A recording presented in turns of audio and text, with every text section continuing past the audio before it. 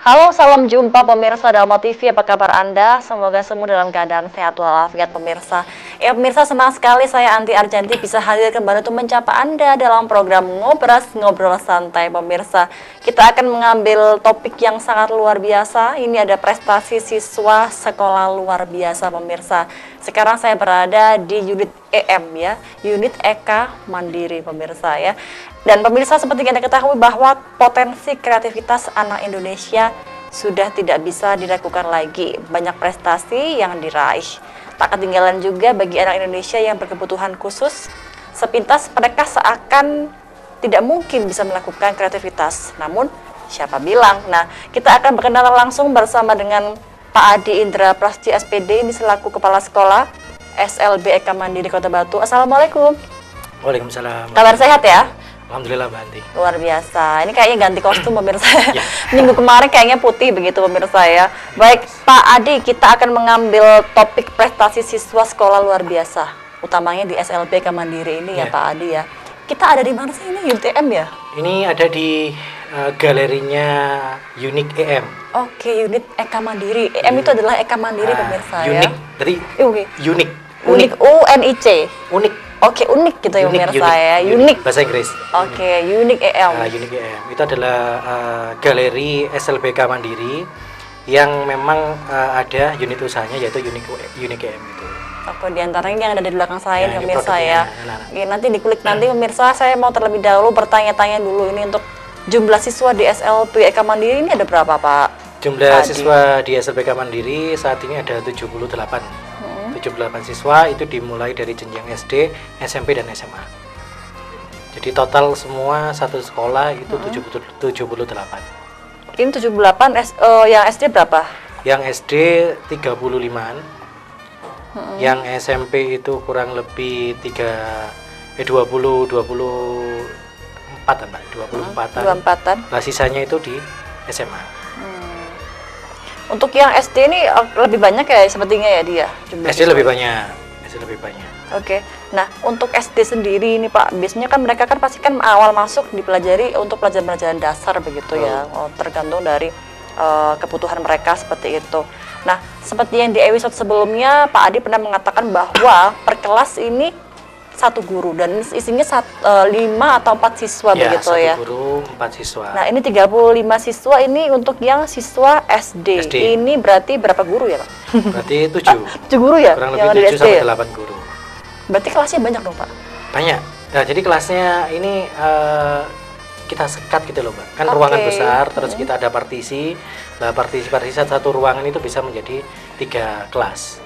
Nah, kita berarti namakan kelas portable. Nah, kalau seperti itu. Oke. Kalau yang SD sendiri yang di atas ya Pak Adi ya? Ada di bawah juga ada, di atas juga ada SD-nya. Berarti ini kebanyakan juga ngambil dari guru-guru UM juga ya yang ini ya? Dari lulusan pendidikan luar biasa. Ya SD ini. SD sama kan? SD. Jadi PLB ini naungin apa? Arahnya ya memang untuk SD, SMP dan SMA begitu ya. Oke. Berarti ini kurang lebih ada 7 guru ya Pak ya. Berarti sekarang ini ada 7 guru yang mengajar. 7 guru di SD. Di SMP kan juga ada juga, di SMA juga ada. Total semua ada 20. Apakah ini juga gurunya ada yang sama ngajar SD dengan SMP apa ada sama? Tidak ada. Oke. Jadi memang semua guru di sini itu menjadi guru kelas, Mbak. Oke. Jadi dia akan mendampingi siswa-siswanya itu sampai 1 tahun ke depan. Sampai jadi 1 tahun. satu guru itu untuk 1 tahun jadi wali kelas, semua jadi wali kelas. Berarti semua jadi wali kelas. Penting Anda juga bisa pemirsa ya. Oke. Nah, ini kan ada 35 siswa. Kalau untuk yang SMP ada kurang lebih 24 siswa. 24. Oke. Ini tetap ya per kelas 4 atau 5 orang itu ya? Ada yang paling banyak itu 7. 7. Yang di SMP ada 7? Enggak, maksudnya ada satu kelas di kelas 7. Itu jumlahnya kelas 8 siswanya itu ada 7. Lebih banyak kenapa, Pak? Sampai 7. Nah, kebetulan dari 7 tersebut secara kemampuan itu sama. Jadi pengelompokan kelas itu Mbak ya, selain berdasarkan jenjang, itu kita dasarkan dengan kemampuan. Jadi bedanya dengan sekolah reguler, kalau kita ngomong sekolah reguler, kalau anak-anak sekolah reguler itu berdasarkan usia kalender. Iya. Jadi masuk misalkan usia 6 tahun itu masuk SD atau usia 7 tahun masuk SD, itu kan jelas. Tapi kalau di SLB itu berdasarkan usia mental. Jadi kadang ada anak SMP. Iya. Nah, itu umurnya sudah 18 tahun, Mbak. Ada yang 20 tahun juga. Tapi secara mental, usia mentalnya dia kadang usianya masih usia mental anak SMP atau anak SD.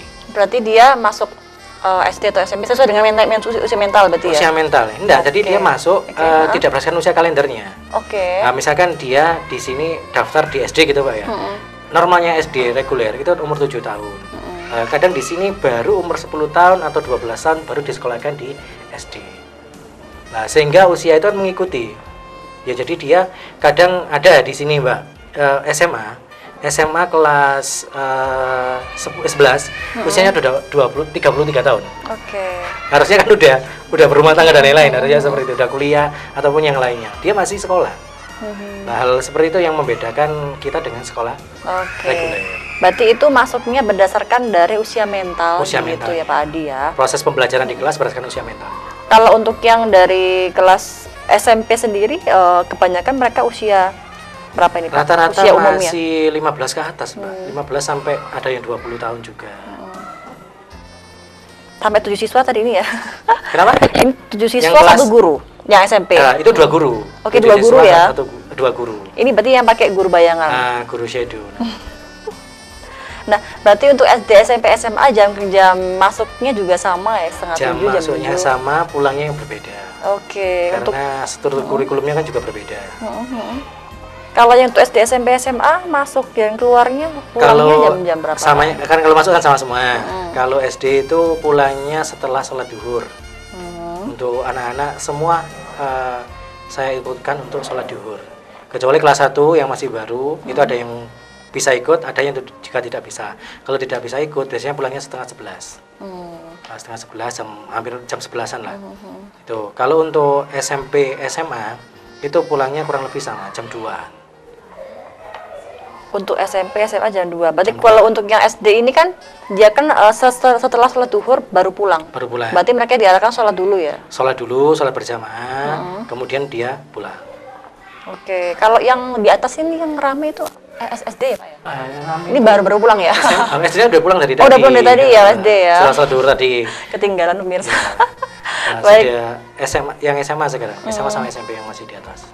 Nah Pak, kita sekarang berbicara tentang ini ya, jenjang tingkat kelas ya Pak. Nah, dalam jenjang tingkat kelas ini apakah disesuaikan dengan usia atau karena keahlian khusus ini Pak? Biasanya. Tadi saya sampaikan kalau untuk jenjang kelas berdasarkan fase. Oke, Istilahnya fase. ya. Ada fase A, B sampai fase F. Nah, fase-fase itu yang menentukan jenjang kelas. Jenjang kelas sama sih Mbak, ya jenjang kelasnya sama. Tapi pembelajarannya itu berdasarkan fasenya. Jadi misalkan setelah hasil asesmen dia ada di kelas 9 katakanlah. Sebelah kita SMP kan ya.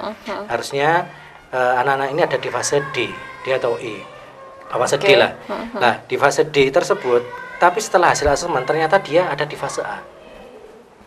Berarti hasil asesmen yang menentukan dia Yang menentukan dia belajarnya, bukan kelasnya Pak ya. Bukan kelasnya tapi belajarnya. Jadi belajarnya itu sesuai capaiannya sesuai dengan di fase A. Setelah hasil asesmen ternyata dia kelasnya kelas SMP, tapi secara kemampuan fasenya masih di fase A. Jadi pelajarannya ya sama kayak anak kelas 1 SD. Gampangnya seperti itu. Jadi meskipun usia umumnya dia usianya sebenarnya sudah kepala 2, kalau misalnya dia hasil asesmen asesmennya, menunjukkan bahwa kemampuan kognitifnya dia itu masih di fase A, B, atau ya sesuai dengan itu. Oke. Memang untuk bedanya kan tadi kan Pak Adi mengatakan fase A hingga F. Perbedaannya apa sih Pak untuk A, F dan D dan lain sebagainya ini? Nah, itu berdasarkan tingkat kompetensinya. Jadi ada namanya capaian pembelajaran, Mbak. Nah, capaian pembelajaran sekarang kalau zaman dulu atau kurikulum yang sebelumnya itu namanya KIKD. Nah, sekarang istilahnya ada capaian pembelajaran. Nah, capaian pembelajaran sekarang berdasarkan fase. Fase A itu biasanya kalau sekolah reguler itu untuk anak kelas 1 dan kelas 2. Jadi capaian di kelas di fase A itu bisa dikerjakan untuk anak kelas 1 dan kelas 2. Di fase B itu juga sama, bisa dikerjakan untuk anak kelas 3 dan kelas 4 sampai berikutnya. Dan terakhir jenjang paling terakhir SMA itu ada di fase F. Nah, tapi anak-anak kita itu tidak terukur, oh misalkan dia SMP kelas 9 harusnya ada di fase D, misalkan seperti itu ya. Nah, tapi setelah hasil asesmen ternyata dia ada di fase A. Iya. Nah, fase A ini kan masih mengenal SD, ya? huruf masih angka 1, 2, 3. Tapi anak-anak kita ya, kalau memang kondisinya di lapangan seperti itu ya kita ajarkan seperti itu. Berarti untuk fase F ini biasanya dia yang sudah duduk di bangku SMA. Ya. Biasanya untuk yang fase F ini dia tinggal yang apa? Tinggal yang itu ya, udah pintar semua berarti ya? Gini biasanya. Ya, kalau dikatakan pintar semua kan tidak, karena tadi kita melihat struktur kurikulum dan capaian pembelajaran. Capaian pembelajaran antara anak reguler dengan anak sekolah luar biasa itu beda. Jadi kalau kita melihatnya CP Mbak ya, capaian pembelajaran tadi di fase F, itu kalau kita ngomongnya matematika, anak fase F itu belajarnya masih angka sampai di bawah 10.000 angkanya. Kalau anak fase F reguler sudah angkanya sampai ratusan juta, mungkin miliaran, kan gampangnya seperti itu. Dan anak masih di angka tersebut. Tapi ketika kami punya murid anak tunarungu, secara intelektual tidak ada masalah, lah kita tambahkan kontennya, kompetensinya sama. Misalkan gini Mbak ya, anak tunarungu ini, dia di fase F, ya di fase F. Fase F-nya pakai CP-nya atau capaian pembelajarannya SLB itu terlalu rendah. Nah, kita naikkan di kontennya. Misalnya kontennya kalau kita baca di CP-nya atau panduannya itu cukup mengetahui angka penjumlahan sampai 10.000. Lah kita ajarkan mereka sampai penjumlahan angka 1 juta. Berarti lebih dari itu begitu ya? Kontennya yang kita tambahkan. Karena dia setelah intelektual tidak ada masalah. Nah, tapi kompetensinya tetap tentang penjumlahan, pembagian berkala itu sama kan? Oke. Berarti juga dari ketika awal masuk dari awal yang fase A juga mereka awal mula sudah diajarkan hal dasar ya pasti. Betul, kita tes juga Mbak. Kita tes juga itu. Ya, baik. Ini mau udah lewat, ditahan dulu. Tetap dalam program acara Ngobrol-Ngobrol Santai usai jeda. Jangan kemana-mana pemirsa.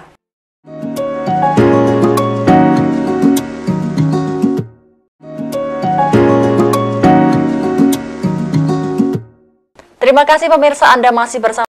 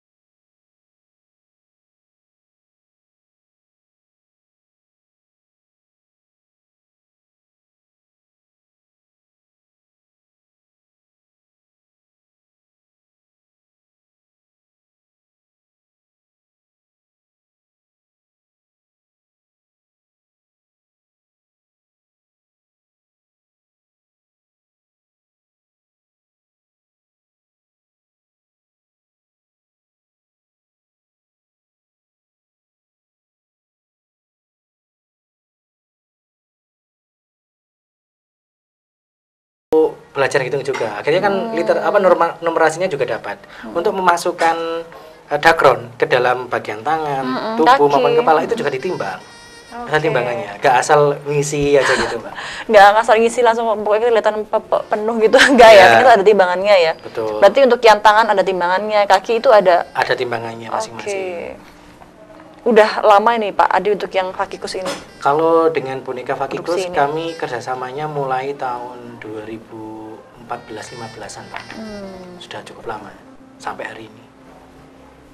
Oke, berarti ini sudah mulai tahun berapa sih Pak ini siswa-siswa SLB ini mampu mendapatkan prestasi Pak? Kalau untuk prestasi sekolah, kalau memang kita ngomong mulai tahun berapa, 3 tahun 4 tahun setelah sekolah ini berdiri sudah anak-anak berprestasi Mbak, baik tingkat kecamatan maupun tingkat kota waktu itu. Sekolah ini kan mulai tahun 93, jadi sudah hampir berapa sekarang, 31 tahun Mbak. Pak Adi ini yang kepala sekolah yang keberapa ini berarti ya? Alhamdulillah saya kepala sekolah yang ketiga. Yang ketiga, mirsa ya. Baik. Oke, saya nanti mau melanjutkan yang boneka Fakikus ini, tapi mau ada yang lewat, tetap dalam program acara Ngobrol Santai. Usai jeda pemirsa.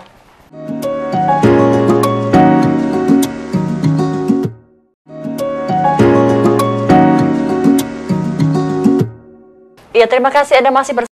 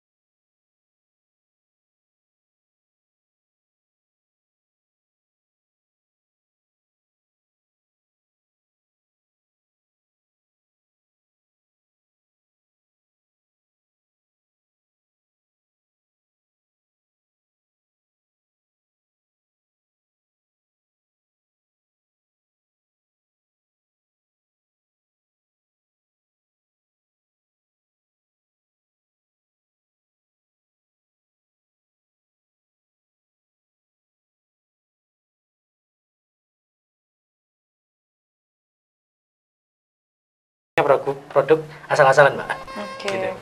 Nah, berarti untuk seperti pengerjaan batik, kemudian boneka dan lain sebagainya, ini pasti ada tempat khusus begitu ya Pak, Ya. untuk para siswa itu. Di mana Pak?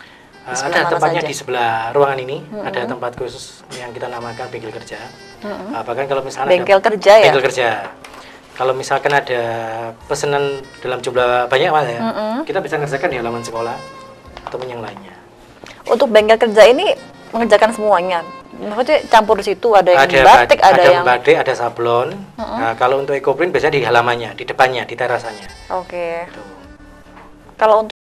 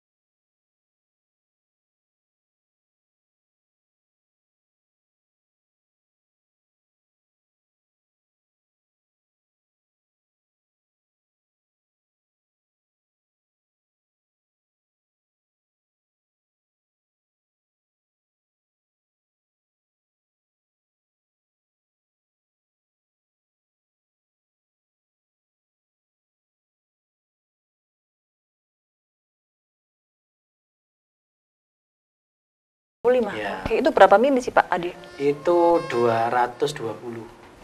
220 mili ya. 220. Itu sari sirsat pemirsa ya, dengan harga ada apa berapa juga. harganya Pak Adi? Nah, kalau itu kan karena minuman tersebut adalah minuman yang tahannya harusnya lebih dari 7 hari kan Mbak ya.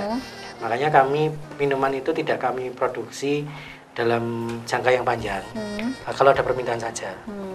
Jadi kayak gelasan itu satu apa Mbak? Makanya nanti misalkan Mbak Anti waktunya nanti Lebaran butuh minuman bisa pesan ke kami. Oke. Nah itu satu isi 24 yang Cup itu. Cup juga bisa Bang ya? Cup bisa, itu kurang lebih harganya sekitar 24-an. 24.000 segitu. Kalau yang botolan itu lebih dari itu lah Mbak, lebih mahal bungkusnya sebenarnya. Oke. Baik Pak, kalau untuk yang bungkus kuning itu apa? Banana apa tuh? Bukan? Itu banana chips. Oke. Banana chips. Banana chip ini gini, kalau biasanya kan keripik pisang kan satu rasa kan Mbak ya? Ini rasa-rasa. Ada coklat, ada strawberry, ada matcha. Iya pemirsa, ini mau ada yang lewat Pak Adi, tahan dulu, tetap dalam program acara Ngobrol Santai. Usai jeda, jangan kemana-mana pemirsa.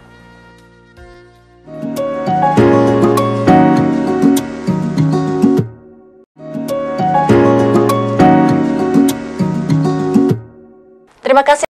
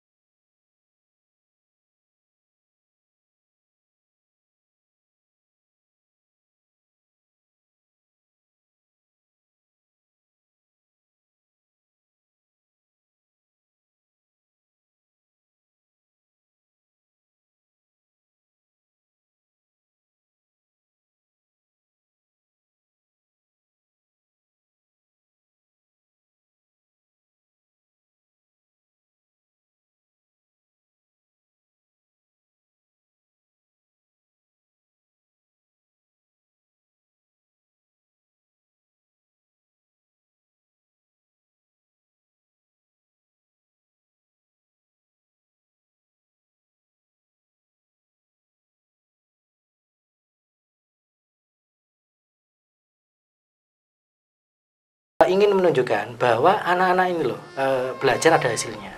Dan kedepannya misalkan dia sudah lulus SMA, ketika anak-anaknya orang tua ini berpotensi, oh anak saya ternyata berpotensi di bidang batik. Nah, setidaknya setelah lulus dari sekolah, orang tua memfasilitasi modal untuk membukakan mungkin unit usaha batik ataupun evaluasi vokasi bersama ya. Ini udah berapa lama ada? Ini sudah 2 tahun kita jalankan. Hasilnya alhamdulillah sangat signifikan sekali sih. Ada anak yang lulus karena pintar batik, orang tuanya memfasilitasi untuk anak tersebut membuat batikan. Ini untuk alumni juga tergabung di evaluasi vokasi? Oh tidak, kalau alumni tidak. Khusus anak-anak yang masih sekolah di jenjang SMA khususnya. Ini biasanya apa aja sih Pak yang dibahas di sini Pak? Oh, pembahasannya lebih ke apa sih? Kalau untuk pembahasannya tidak ada pembahasan, lebih menilai anak-anaknya praktek. Jadi anaknya praktek, selama 3 bulan kan anak-anak dapat pembelajaran tentang vokasi, misalkan batik gitu, batik ciprat, misalnya seperti itu. Pada saat evaluasi vokasi bersama, anak tersebut langsung praktek di depan orang tuanya, mulai dari kain putih sampai menjadi batik cipratan, seperti itu. Sempat grogi gak sih Pak mereka itu? Ketika disaksikan di depan orang tuanya langsung gitu. Nah, kerennya anak-anak sekolah luar biasa dengan anak-anak reguler itu, saya masih belum memahami hal tersebut ya. Anak tersebut itu kadang-kadang nggak ada grogi-groginya sih, mau tampil di depan orang tuanya di tempat di panggung besar, pede aja. Itu yang keren. Kalau kita yang normal atau yang reguler ini kadang merasa mau naik panggungnya sudah basah dulu. Ya. Demam panggung begitu ya. Oke. Pak, ini kita udah ada di penghujung acara, tidak terasa sudah selesai begitu ya untuk perjumpaan kita kali ini. Monggo diinformasikan Pak Adi, mungkin ada pesan dan kesan yang mau disampaikan ke siswa-siswi ataupun para warga umum. Silahkan Pak Adi. Ya. Terima kasih Mbak Anti dan Dharma TV. Untuk semua masyarakat yang ada di luar sana, marilah kita mencoba membangun kesetaraan dengan anak-anak disabilitas, diberikan ruang dan waktu atau kesempatan agar mereka mampu berkarya sehingga mereka bisa menuju kemandirian dan kesetaraan. Jadi itu intinya, dan jangan lupa karena kami punya unit usaha, makanya jangan lupa jika membeli produk batik, baik itu ekoprint, batik tulis, batik ciprat atau produk makanan, bisa datang ke SLB Eka Mandiri di unit EM-nya. Oke, langsung ke unit EM-nya pemirsa, bisa diorder sebanyak-banyaknya. Ada aneka keripik, minuman, batik tulis dan lain sebagainya bisa Anda peroleh di sini pemirsa. Pak Adi, terima kasih atas informasinya. Saya doakan semoga sukses selalu untuk unit EM dari SLB Eka Mandiri. Dan pemirsa Dharma TV yang di rumah, usai perjumpaan kita kali ini, terima kasih dan sampai jumpa.